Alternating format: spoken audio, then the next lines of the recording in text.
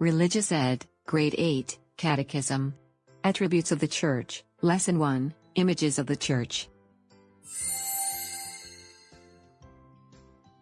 The Church is the most important institution in the world. It is more important than any government. It is even more important than any school or hospital. The reason the Church is so important is because it helps guide our soul to salvation. Where we spend eternity is more important than anything. It is important to help people to understand the Church, especially in the early days of Christianity when the Church was being formed. To help people understand the nature of the Church, Jesus, the apostles and early Church fathers described it using things people already knew about.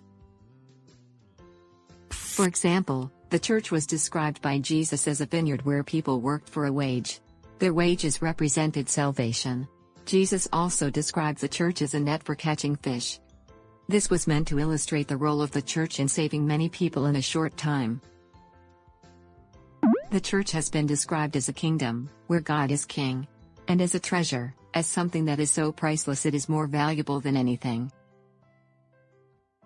Other descriptions depict the Church as a sheepfold that is watched over by a shepherd, or leaven which makes bread rise when baked.